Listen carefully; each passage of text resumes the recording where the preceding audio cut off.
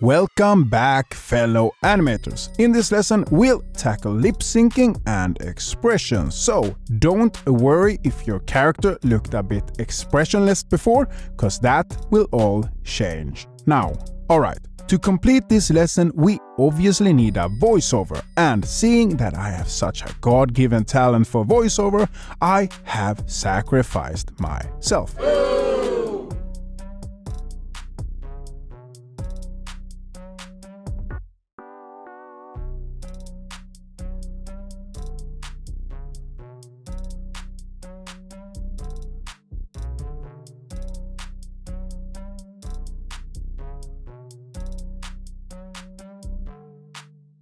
Ease out here and ease in there.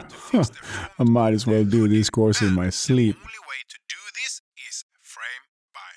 The only way to do this is frame by frame. Let's see if there's any good courses on photography.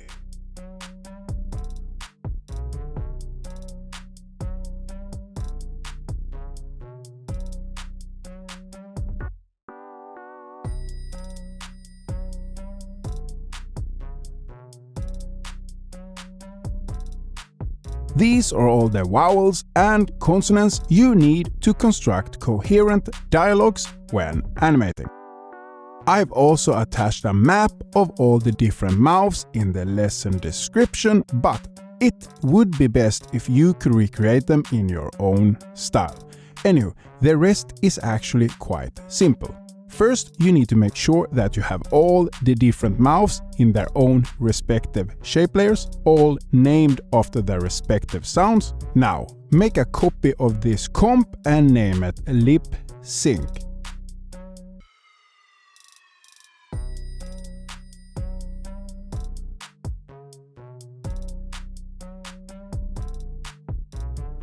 Then, import the audio track .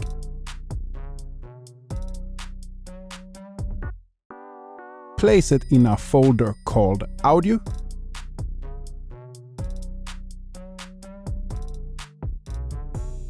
Drag the lip sync into the lip sync composition. And start marking out all the different sounds in a timely order.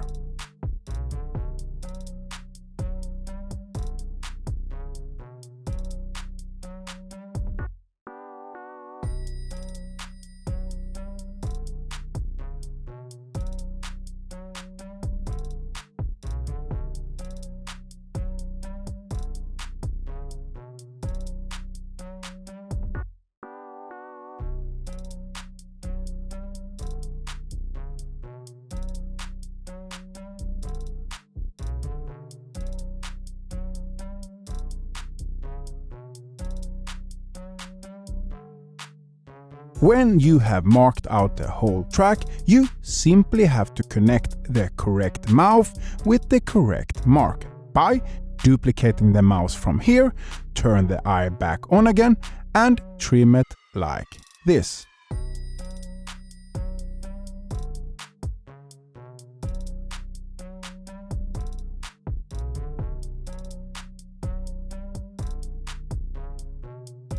Done. Let's take a look. Ease out here and ease in there. I might as well do this course in my sleep.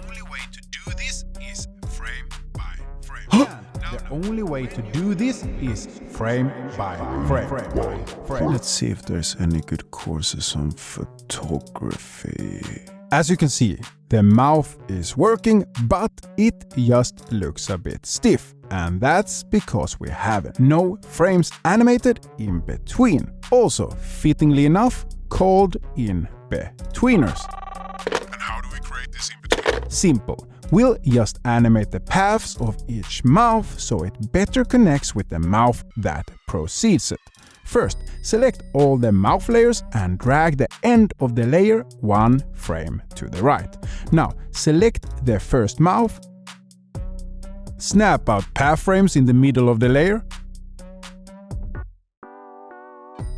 then set the indicator where the proceeding mouth starts, set the opacity of the proceeding mouth to 50%. Now, go back to the current mouth and start adjusting the paths so they match with the proceeding mouth. By the way, you don't have to match it perfectly, because this is more about directing the motion towards it rather than creating a perfect match. When you're done with the paths, then turn the opacity back up to 100% on the proceeding mouth and drag the end of the layer back to its original state on the current mouth. Done. Let's now repeat the same steps for all the mouths.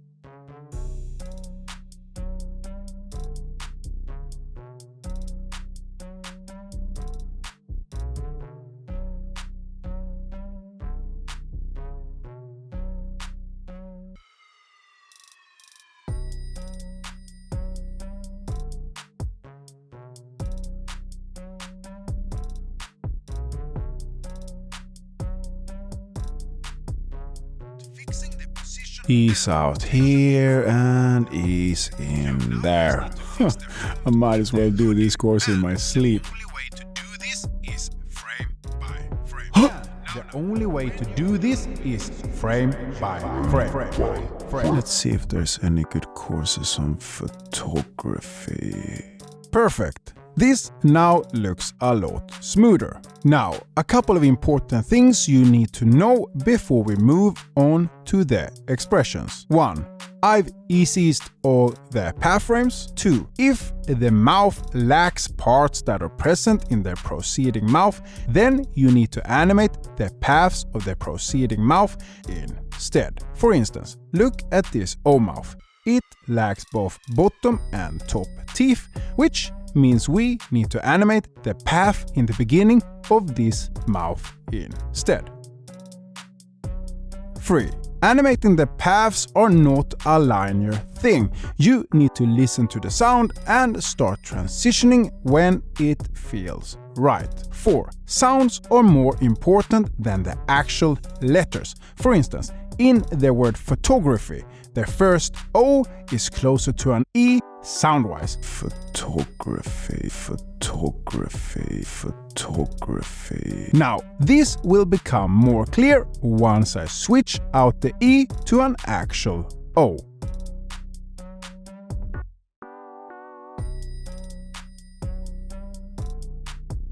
Photography. And here's the version with the E again. Photography. Much better. The face is one of the main focal points in your picture. So, when you change the expression, you change the direction and mood of the whole character. Furthermore, the way you transition between expressions is equally as important as the expressions themselves. So, to make things digestible, I've split this up in 3 parts, namely quick reactions, big reactions, and gradual reactions. This is perhaps the most common transition you'll see today. It's basically a quick anticipation leading into a slight overshoot before settling. The keyword here is quick, so let me show you how this works. First, we'll drag the lip sync composition into the head composition. Place it over the mouth, adjust the size a bit,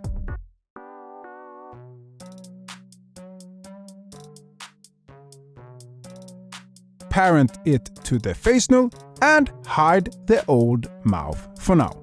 Then, locate that little aha moment in the voiceover when the character realizes that the course is just too easy.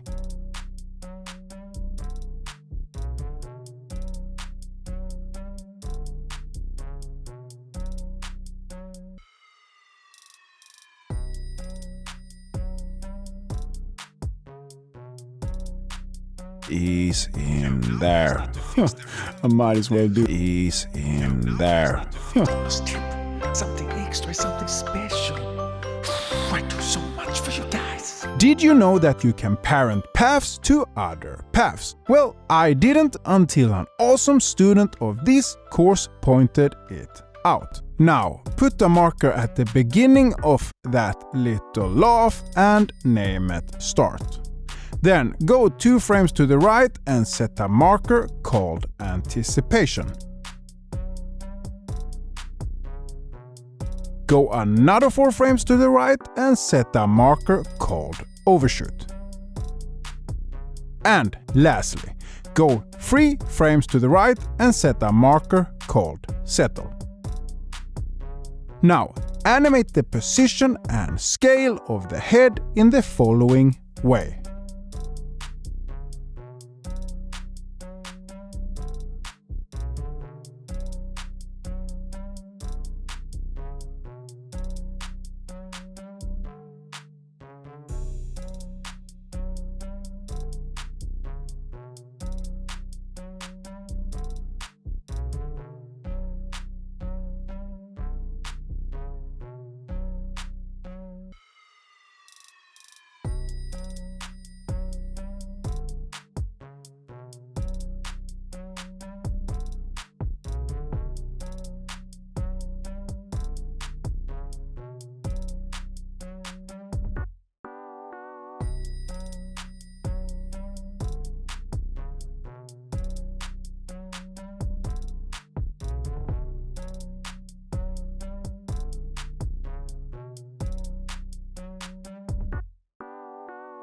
Offset the Y position frames with 1 frame to the right.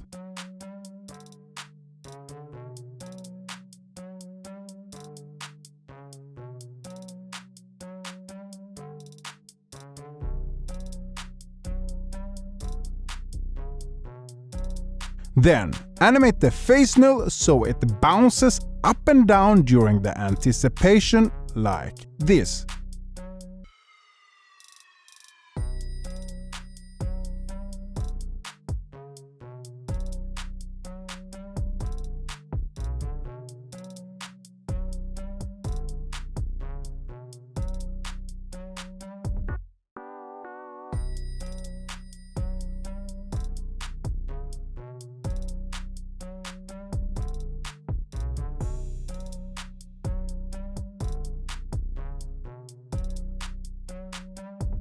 And here's how it looks after making the expression bored in the beginning and excited at the end. These expressions are done by simply adjusting the eyelids and eyebrows. Yep, it's all in the eyes. And yes, you just have to animate the first expression from start to anticipation, aka the blink, and the final expression from anticipation to the overshoot.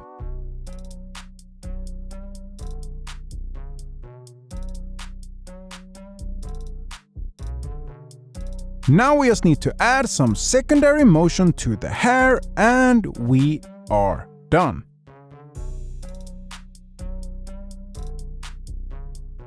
There. There. There. The main difference between a big reaction and a quick reaction is that A, it's longer, B, we put more emphasis on the overshoot, otherwise known as an accent, and C, the settle period in the end is almost twice as long. Anyway, this type of transition is more commonly known as a take. I just named it big reaction because it fits my little theme here. By the way, this is one of the most old school ways of changing expressions, and a bunch of cartoons you grew up with probably use this method at some point or another. First thing we'll do is to go back to the lip sync composition and drag out the last mouth in the first sentence until the moment where the character gets shocked.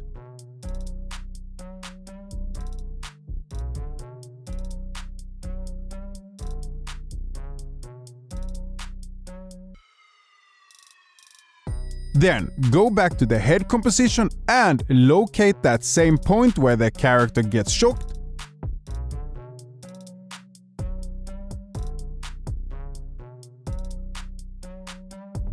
Now, here we'll switch the character's expression from excited to shocked. So, let's set a marker here called start. Now, go 4 frames to the right and set a marker called anticipation. Then go 3 more frames to the right and set a marker called overshoot with accent in parentheses, I cannot say that word. Parenthesis. And finally, go another 6 frames to the right and set a marker called settle. Now, we'll animate the head and face null in the exact same way as we did in the quick reaction, but re-timed to our new markers.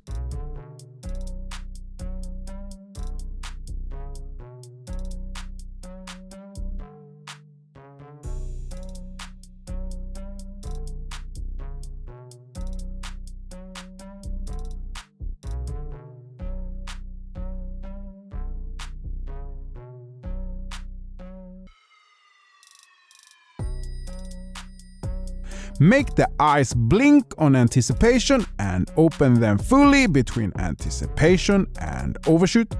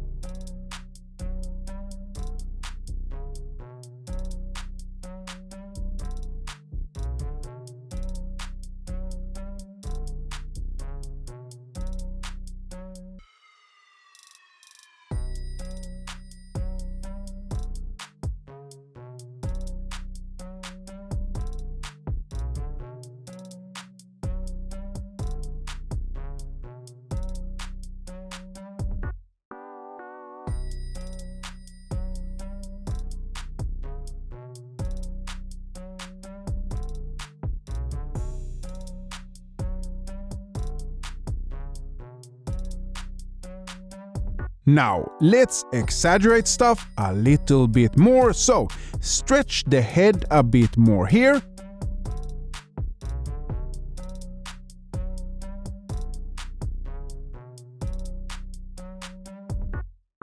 Push the head down a bit further around here, and done. Now, to really bring this transition home, we wanna animate the mouth so it bites its teeth on anticipation and stretches out in a big surprised O on the overshoot. So, let's copy some mouths from the lip sync composition and get started.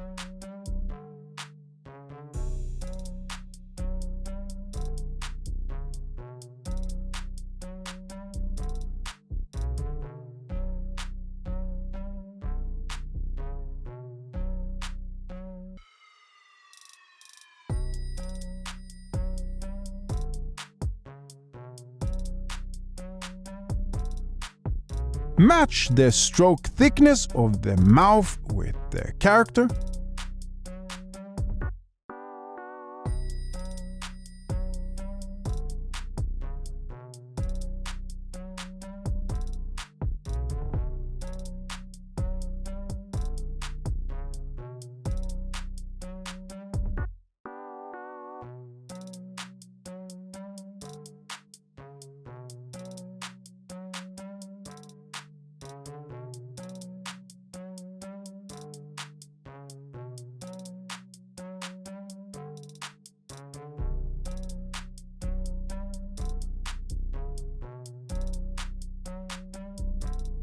Make the O settle like this.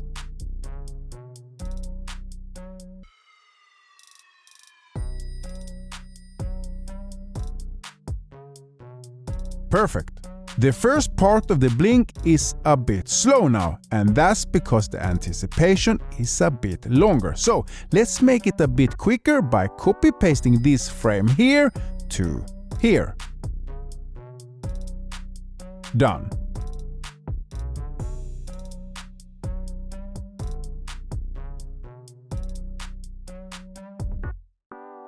Bonus tip. Something extra, something special.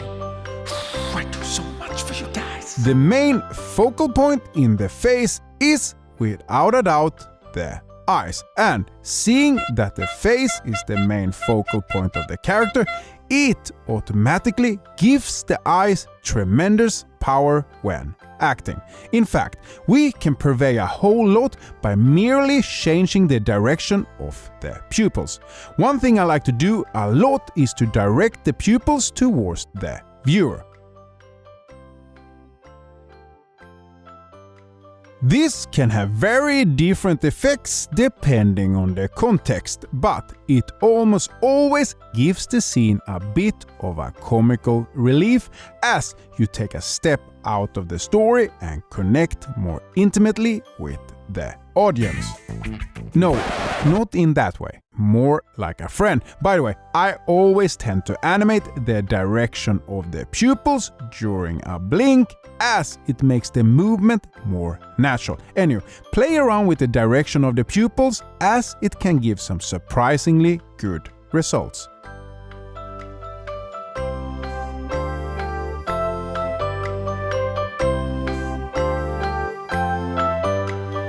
Let's also scale the pupils down a bit between anticipation and settle, as small pupils radiates a sense of terror in the character.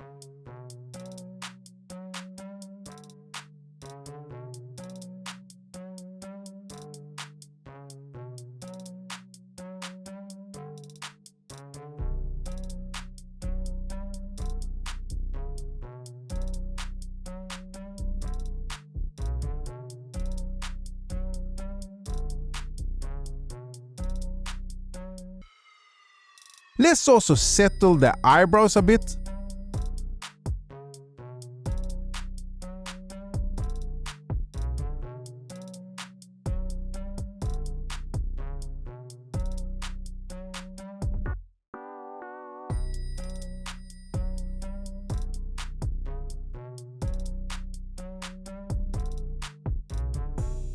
Done. Now we just need to add some secondary motion to the hair.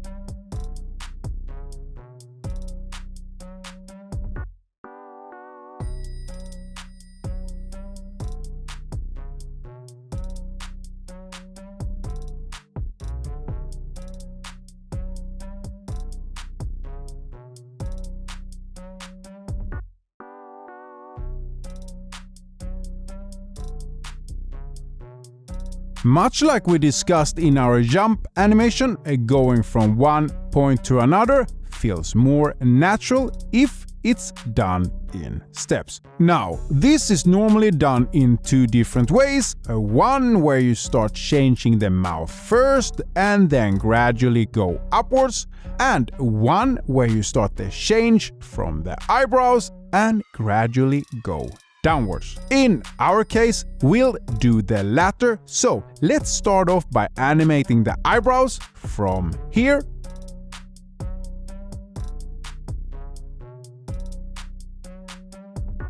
to here. Yes, we are starting between the overshoot and settle of our previous transition, as this will make a transition more seamlessly into our new expression.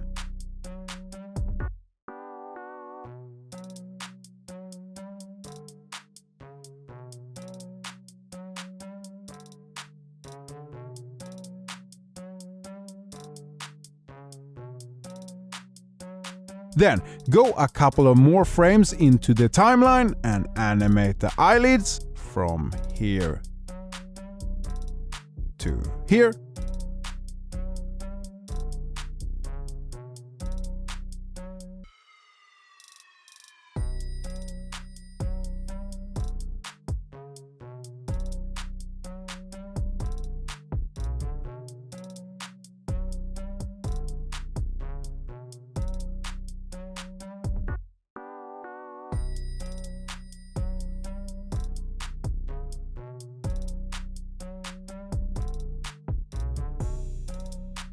Now, go to around here and start swapping out the mouths so he bites down on his own lip.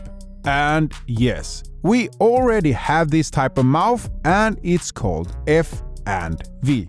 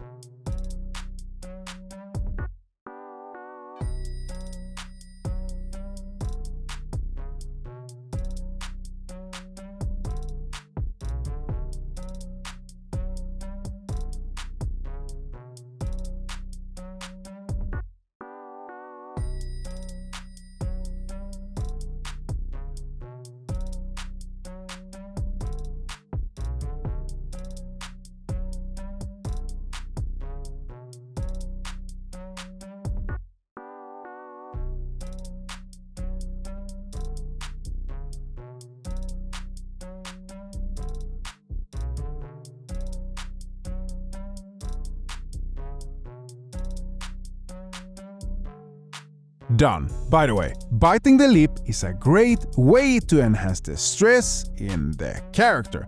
It's also a great way to not have a totally static face, as we can move the teeth back and forth like this.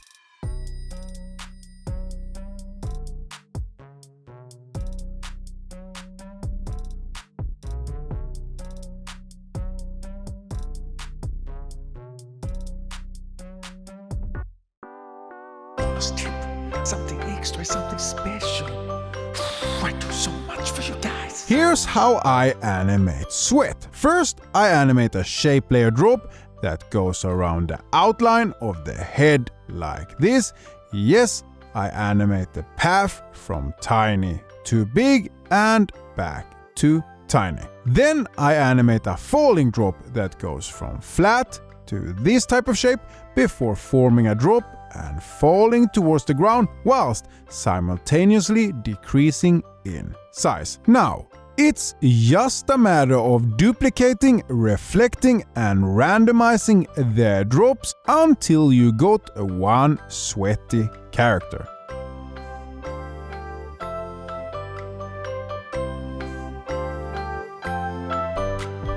Comedy is all about timing.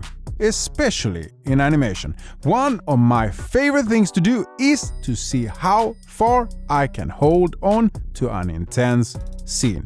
Yes, just at the moment when you expect something big will happen, I do the exact opposite.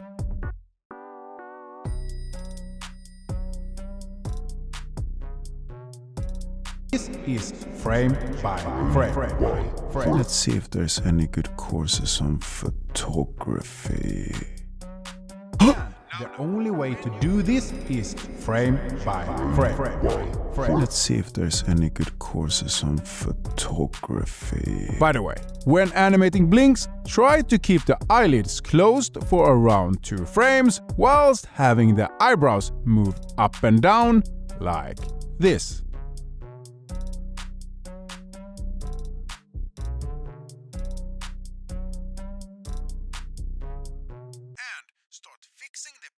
Ease out here and ease in there.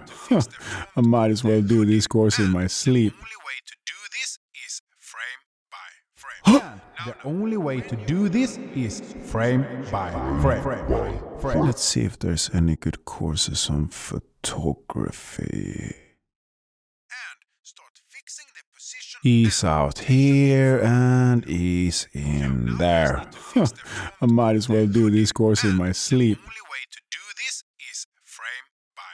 The only way to do this is frame by frame. Let's see if there's any good courses on photography.